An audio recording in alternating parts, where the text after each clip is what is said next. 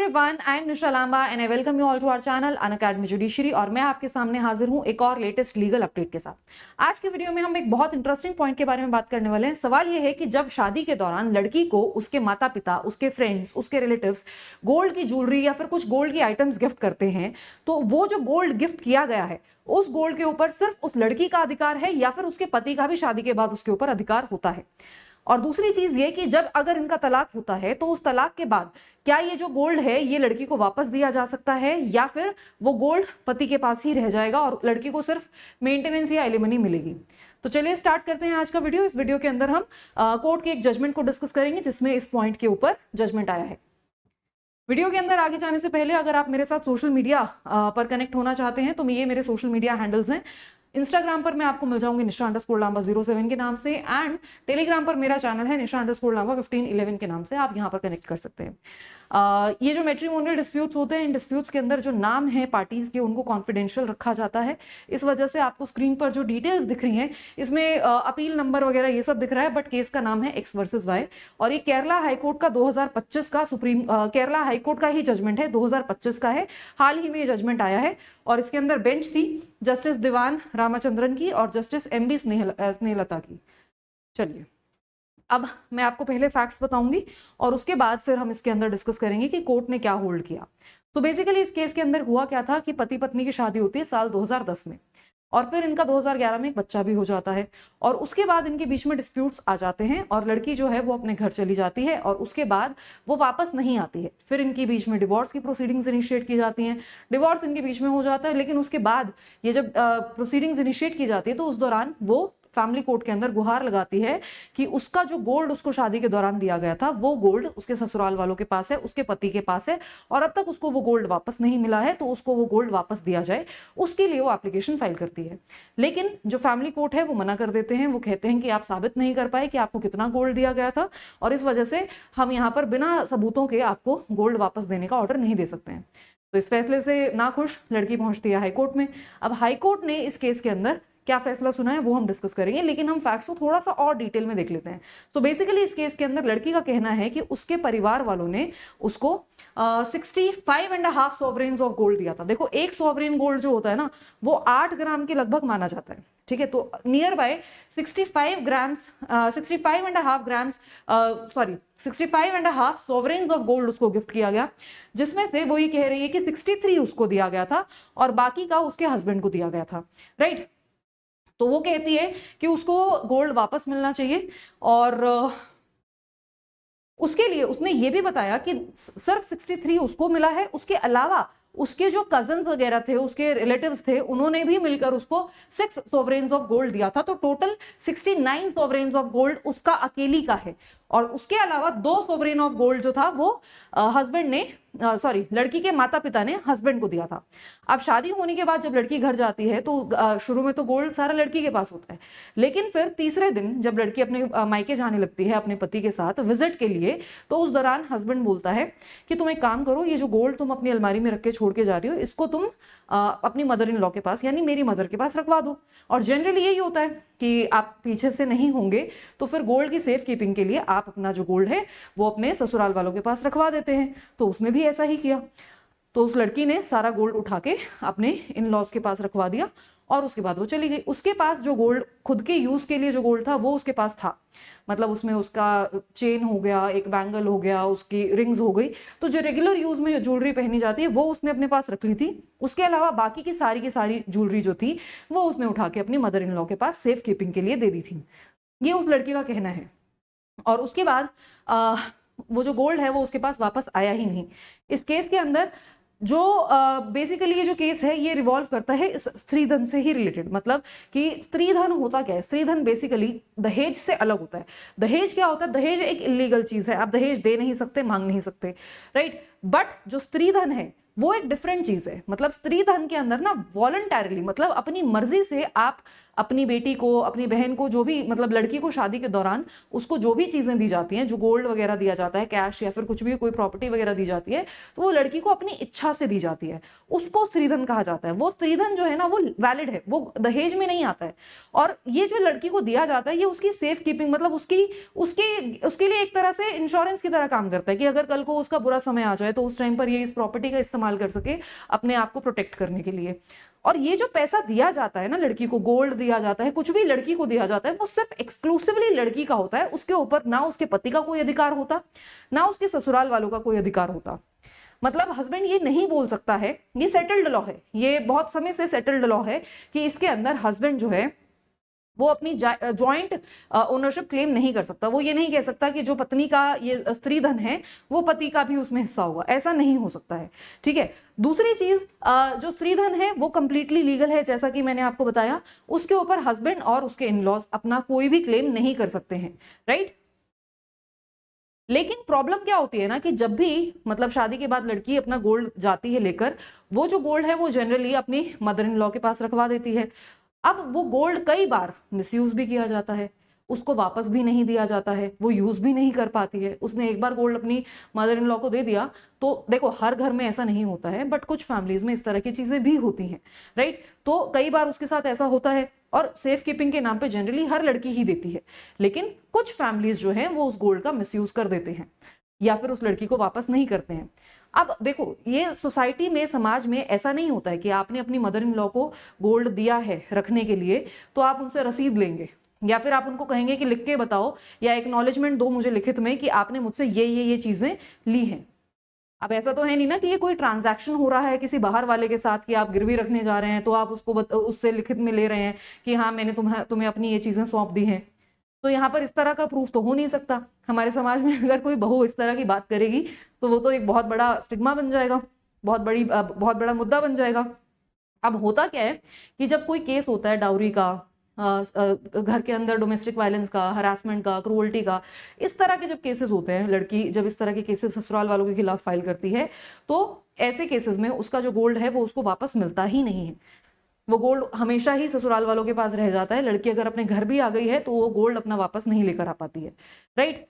और ऐसे में उसके पास प्रूफ भी नहीं होता है कि वो प्रूव ही कर दे कि मेरा इतना गोल्ड था और इतना गोल्ड मेरे ससुराल वालों ने मेरा रख लिया है, क्योंकि ऐसे में कोई लिस्ट या एक्नॉलेजमेंट बनाना पॉसिबल नहीं हो पाता है, राइट।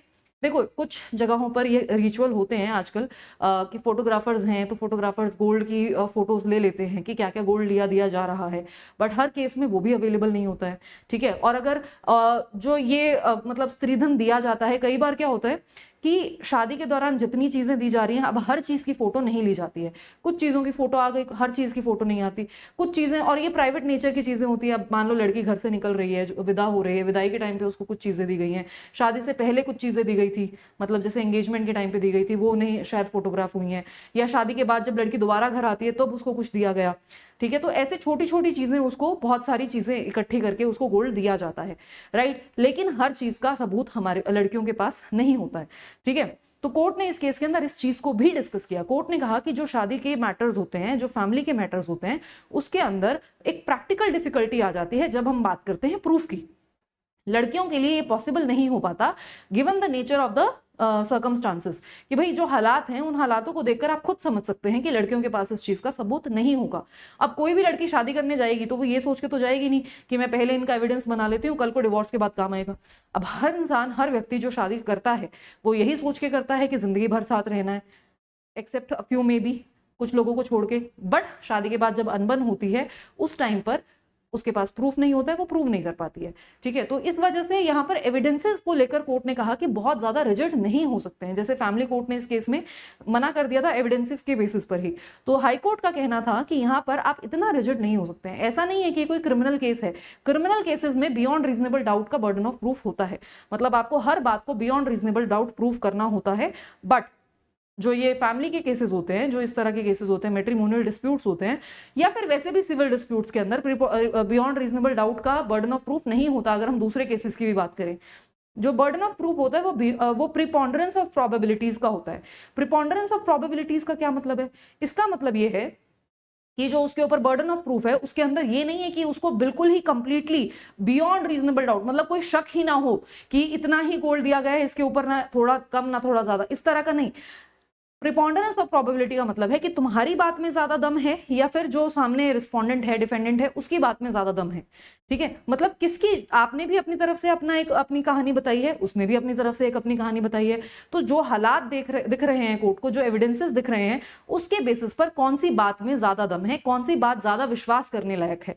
अगर आपका जो व्यू है वो ज्यादा प्लॉसिबल है, वो ज्यादा विश्वास करने लायक है, तो कोर्ट आपकी बात को मान लेगा, गिवन द सर्कमस्टांसेस की जो भी फैक्ट्स और सर्कमस्टांसेस हैं उनको ध्यान में रखते हुए। राइट, सो ये चीज कोर्ट ने कहा था। यहां पर ऐसा नहीं है कि बियॉन्ड रीजनेबल डाउट आपको कंप्लीटली एलिमिनेट करना है हर तरह का डाउट और फिर आपकी बात मानी जाएगी कि वो प्रूव्ड है। तो ये सारे लॉ पॉइंट्स को डिस्कस करते हुए कोर्ट ने फैक्ट्स के बारे में डिस्कस किया। कोर्ट ने कहा कि इस पर्टिकुलर केस के अंदर जो लड़की है उसने अपनी तरफ से ये प्रूफ दिया है कि जब उसकी शादी हुई थी तो उसके माता पिता की इतनी फाइनेंशियल कैपेसिटी थी, मतलब उनकी इतनी हैसियत थी कि वो उसको इतना गोल्ड दे सके जितना गोल्ड वो क्लेम कर रही है। राइट, तो उसने उसके लिए अपने पेरेंट्स की फिक्स्ड डिपॉजिट का भी दिखाया कि हमने ये फिक्स्ड डिपॉजिट किया हुआ था, ये जो अमाउंट है ये निकालकर मेरे पेरेंट्स ने गोल्ड दिया। साथ में रिटायरमेंट के कुछ बेनिफिट्स थे, उन रिटायरमेंट के बेनिफिट्स का भी इस्तेमाल करके पेरेंट्स ने गोल्ड खरीदा था। उन्होंने ये भी बताया कौन सी दुकान से खरीदा था। तो ये चीजें उन्होंने बता दी कि ये चीजें मतलब इतना गोल्ड हमने शादी के टाइम पे खरीदा था। ठीक है, उसके तो यहाँ पर कोर्ट ने ना मतलब ये तो मान लिया कि हाँ ठीक है, पेरेंट्स की जो फाइनेंशियल कैपेसिटी है वो तो लड़की ठीक से प्रूव कर पा रही है कि 65 सोवरेन्स ऑफ गोल्ड उसके पेरेंट्स दे सकते थे। राइट, और कोर्ट ने कहा कि इस केस के अंदर हम ये मान नहीं सकते कि जो लड़की है मतलब उसने जो बात बोली कि उसके पेरेंट्स ने उसको इतना गोल्ड दिया है, इस बात के ऊपर ऐसा नहीं है कि उसकी बात झूठी लग रही है, बात विश्वास करने लायक लग रही है। दूसरी चीज कोर्ट ने कही कि हस्बैंड ने भी मना नहीं किया है कि वाइफ के पेरेंट्स ने इतना सोना नहीं दिया। हस्बैंड ने सिर्फ इतना कहा है कि जो गोल्ड ये लेकर आई थी वो गोल्ड ये वापस ले गई है। उसने ये नहीं कहा कि ये झूठ बोल रही है, इसके पेरेंट्स ने इसको इतना सोना नहीं दिया। ठीक है, तो हस्बैंड ने भी इस बात को रिफ्यूट नहीं किया है, तो मतलब कहीं ना कहीं हस्बैंड भी मानता है कि हाँ ये इतना गोल्ड लेकर आई थी। ठीक है, बस उसका तो ये कहना है कि जब वो घर से गई थी तो उस दौरान वो सारा का सारा सोना उठाकर लेकर गई थी। बट अब यहां पर एक इंटरेस्टिंग बात कोर्ट ने डिस्कस की, वो क्या कि लड़की जब अपने घर गई थी तो उस टाइम पर वो लड़की घर से लड़ाई करके नहीं गई थी, वो एक्चुअल में प्रेग्नेंट हो गई थी और प्रेग्नेंट होने के बाद वो अपने घर चली गई थी फॉर प्रेगनेंसी केयर, कि उसको देखभाल की जरूरत है तो वो अपने पेरेंट्स के पास चली गई थी ताकि उसके पेरेंट्स उसकी अच्छे से देखभाल कर सकें। उनकी लड़ाई जो है घर जाने के बाद हुई है, मतलब लड़की जब अपना ससुराल छोड़ के अपने मायके में जा चुकी है उसके बाद उनके डिस्प्यूट हुए हस्बैंड और वाइफ के आपस में, और डिस्प्यूट होने के बाद वापस वाइफ कहीं आई ही नहीं। ठीक है, घर ही वापस नहीं आई। तो इस केस के अंदर मतलब यहाँ पर जो चांसेस हैं कि वो अपना गोल्ड लेकर गई होगी उठाकर सारा का सारा, अगर वो उसके जो चांसेस है वो बहुत कम लगते हैं। तो कोर्ट ने कहा कि यहां पर अगर वो प्रेगनेंसी केयर के लिए गई है तो there are very less chances कि वो गोल्ड अपना उठाकर लेकर गई होगी, और जब वो वापस ही नहीं आई तो उसके बाद में भी वो गोल्ड लेकर नहीं गई है। राइट, तो इसलिए बहुत कम चांसेस हैं इस बात के कि उसने अपना गोल्ड ले लिया है। ठीक है, तो यहाँ पर दो चीजें हो गई, एक तो ये कि हस्बैंड ने मना नहीं किया है कि उसके पेरेंट्स ने उसको इतना गोल्ड दिया, उसने सिर्फ इतना कहा था कि वो गोल्ड लेकर चली गई है। अब जो उसने कहा कि वो गोल्ड लेकर चली गई उसके लिए जो सर्कमस्टांसेस हैं उससे प्रूव होता है कि वो गोल्ड लेकर नहीं गए, मतलब ज्यादा इस बात पे विश्वास किया जा सकता है कि वो गोल्ड नहीं लेकर गई क्योंकि वो प्रेगनेंसी केयर के लिए गई थी। राइट, और उसके बाद यहाँ पर कोर्ट ने मतलब जितना ये गोल्ड लड़की क्लेम कर रही है कि उसके पेरेंट्स ने दिया है उसमें से कुछ गोल्ड तो उसके पास था ही जो वो रेगुलर वियर के लिए यूज कर रही थी, उसके अलावा 59.5 सोवरेन्स के आसपास का जो गोल्ड है वो उसके इन लॉज के पास था। तो वो कोर्ट ने ऑर्डर दे दिया कि वो वापस करना पड़ेगा इन लॉज को। ठीक है, लेकिन अब बात करें 6 सोवरेन ऑफ गोल्ड की, जो वो कहती है कि उसके कजन्स ने उसके रिलेटिव्स ने उसको दिया है, वो लड़की यहां पर इस बात को प्रूव नहीं कर पाई। ठीक है, तो वो इसको नहीं प्रूव कर पाई तो ये उसको वापस नहीं मिलेगा। उसके अलावा उसने कुछ घर की घरेलू चीजें जो घरेलू सामान होता है उसकी भी मांग की थी, अब वो भी वो प्रूव नहीं कर पाई। ना उसने अपने उसमें ये बताया कि उसका सामान क्या था, कहाँ था, किधर रखा है, मतलब किसकी कस्टडी में है वगैरह वगैरह। तो उन चीजों को लेकर वो ठीक से क्लेम नहीं कर पाई, कुछ भी चीजें ना ठीक से प्रूव कर पाई। तो इन ग्राउंड्स पे उसका वो जो 6 सॉवरेन ऑफ गोल्ड जो वो क्लेम कर रही है कि उसके फ्रेंड्स या रिलेटिव्स ने उसको दिया है वो गोल्ड उसको वापस नहीं मिलेगा, और हाउस होल्ड आइटम्स को भी लेकर जरा भी कोई भी प्रूफ वो पेश नहीं कर पाई तो वो भी उसको वापस नहीं मिलेगा। उसके अलावा बाकी का जो गोल्ड था वो उसको मिल गया। और कोर्ट ने उसको ऑर्डर, मतलब हस्बैंड को ऑर्डर दिया है कि आपको इतना गोल्ड वापस करना पड़ेगा अपनी वाइफ को, राइट। कैसा लगा आपको ये जजमेंट, मुझे कमेंट सेक्शन में जरूर बताइएगा। चलिए अब बात कर लेते हैं अनअकैडमी जुडिशरी की। अनअकैडमी जुडिशरी की सब्सक्रिप्शन एक आपको लेनी होगी और उससे आप सभी स्टेट्स की तैयारी कर पाएंगे। मतलब एक सब्सक्रिप्शन से आपके सारे major laws, minor laws, local laws, special laws सब कवर होगा। पूरे जितने भी स्टेट्स हैं आपके, उन सब की तैयारी हो जाएगी। आपका जीके का पोर्शन भी होगा, आपका लैंग्वेज का पोर्शन भी होगा। उसके अलावा और अच्छी चीज क्या है कि आप जब बैच खरीदो, मतलब सब्सक्रिप्शन खरीदोगे, तो आपको सभी बैचेस का एक्सेस मिलेगा। ऐसा नहीं है कि आपको सिर्फ एक ही बैच का एक्सेस मिलेगा, आप किसी भी बैच में किसी भी एजुकेटर की क्लास लगा सकते हैं। ये क्लासेस लाइव होती हैं, आप अपने घर बैठे फोन की स्क्रीन पर या लैपटॉप की स्क्रीन पर इन क्लासेस को लगा सकते हैं और आपको तब तक सभी बैचेस का एक्सेस मिलेगा जब तक आपका सब्सक्रिप्शन वैलिड है। अब ये जो सब्सक्रिप्शन है इस टाइम पर आपको लोएस्ट प्राइस पर मिल रहा है। आपका जो प्राइस है पूरे 2 साल के लिए मिनिमम 28,500 का है। प्लस का जो सब्सक्रिप्शन है वो 28,500 में मिलेगा 2 साल के लिए।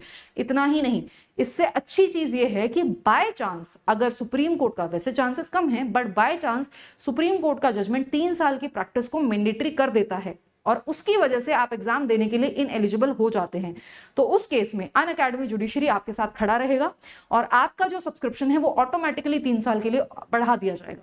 तो मतलब 2 साल तो आपको मिल ही रहे हैं 28,500 में। इन केस आप इनएलिजिबल हो गए सुप्रीम कोर्ट के जजमेंट की वजह से, तो ये 2 साल ऑटोमेटिकली बढ़ के 5 साल हो जाएंगे, right. And same goes for बाकी का जो सब्सक्रिप्शन है उनके लिए भी। मतलब +3 आप मान के चलिए, अगर सुप्रीम कोर्ट का जजमेंट जो है वो आपके फेवर में नहीं आता है तो, ठीक है। तो आपका जो प्लस का 3 साल का सब्सक्रिप्शन है, अगर आपको ज्यादा टाइम के लिए चाहिए तो आपको 35,000 का मिलेगा। आइकॉनिक का सब्सक्रिप्शन 2 साल का आपको मिलेगा 36,500 का एंड 3 साल का आपको मिलेगा 43,000 का। लेकिन आपको ये जो ऑफर है इसका फायदा उठाने के लिए रेफरल कोड का इस्तेमाल करना होगा, आपको डायरेक्टली ऑफर नहीं मिलेगा। तो आपको रेफरल कोड ये यूज करना है, निशा लांबा, NISHA इससे आपको स्पेशल डिस्काउंट, जो भी ये ऑफर मैंने बताया, ये आपको अवेल आप कर पाएंगे। आपको कोई डाउट है तो आप मेरे इंस्टा या टेलीग्राम हैंडल जो मैंने आपको शुरू में दिखाया था वहां पर आप मेरे साथ कनेक्ट कर सकते हैं, मैं आपको पूरी मदद करूंगी। अब आपको मैंने आइकॉनिक और प्लस का तो बता दिया, एक नई सब्सक्रिप्शन अनअकैडमी ने लॉन्च की है, दैट इज आइकॉनिक प्रो। तो इसके अंदर प्लस के जो फीचर्स हैं, मतलब आपकी जो प्रॉपर क्लासेस हैं वो आप कर सकते हैं, आपको बुक्स वगैरह भी मिलेंगे। अपार्ट फ्रॉम दैट जो आइकॉनिक के फीचर्स हैं, मतलब बुक्स वगैरह, ये सारी भी चीजें आपको मिलेंगी। प्लस उसके अलावा कुछ और भी फीचर्स आपको मिलेंगे, जैसे आपको अनलिमिटेड करियर गाइडेंस मिलेगी, आपको अनलिमिटेड 1-on-1 मेंटोरशिप मिलेगी। आपके जो फेवरेट एजुकेटर हैं उनको आप पिक कर सकते हैं, वो आपको पूरी जर्नी के दौरान मेंटोर करेंगे, कैसे कंसिस्टेंट रहना है, किस तरह का टाइम टेबल होना चाहिए, क्या स्ट्रैटेजी होनी चाहिए, वगैरह वगैरह, ठीक है। उसके बाद आपके कुछ स्पेशल सेशंस भी होंगे, जैसे नोट्स कैसे बनाने हैं, मेंस आंसर राइटिंग कैसे करनी है, स्ट्रैटेजी क्या होनी चाहिए, राइट। तो इस तरह के डाउट सॉल्विंग सेशंस वगैरह, तो ये सारी चीजें आपकी कवर करवाई जाएंगी आइकॉनिक प्रो में। अब आपको एक और चीज बता दूं, अगर आप स्कॉलरशिप लेना चाहते हैं तो आपके पास एक बहुत अच्छा मौका है, वो है 11 मई को आपका जुडिशियरी स्कॉलरशिप टेस्ट होगा 12 बजे। इसमें आपसे 90 मिनट में 120 सवाल पूछे जाएंगे, जिसमें आपका कंप्लीट जुडिशियरी का सिलेबस पूछा जाएगा। तो अगर आप ये एग्जाम देंगे, मतलब ये टेस्ट देंगे अनअकैडमी जुडिशियरी की ऐप पर, तो इससे आपको कंप्लीट स्कॉलरशिप मिल सकती है। 30,000 तक का आपको कैश वाउचर भी मिल सकता है, ठीक है। इसमें आपको बस करना क्या है, आपको मेरे टेलीग्राम चैनल पर जाना है, वहां पर एक लिंक है, वहां पर रजिस्टर करना है और आपको ये टेस्ट देना है। आप अगर टॉप रैंक में आते हैं, टॉप 3 रैंक्स में आते हैं, तो आपको 100% स्कॉलरशिप मिलती है, प्लस आपको कैश रिवॉर्ड भी मिलता है। तो ये मौका मत गवाइएगा। अगर आप ऑल इंडिया बार एजुकेशन के लिए, बार एग्जामिनेशन के लिए प्रिपेयर कर रहे हैं, तो आप अपूर्वा मैम की क्लासेस लगा सकते हैं बैरिस्टर बैच में। ये 12 मई से बैच स्टार्ट होने जा रहा है। चलिए मिलते हैं आपसे अगली वीडियो में, तब तक के लिए गुड बाय।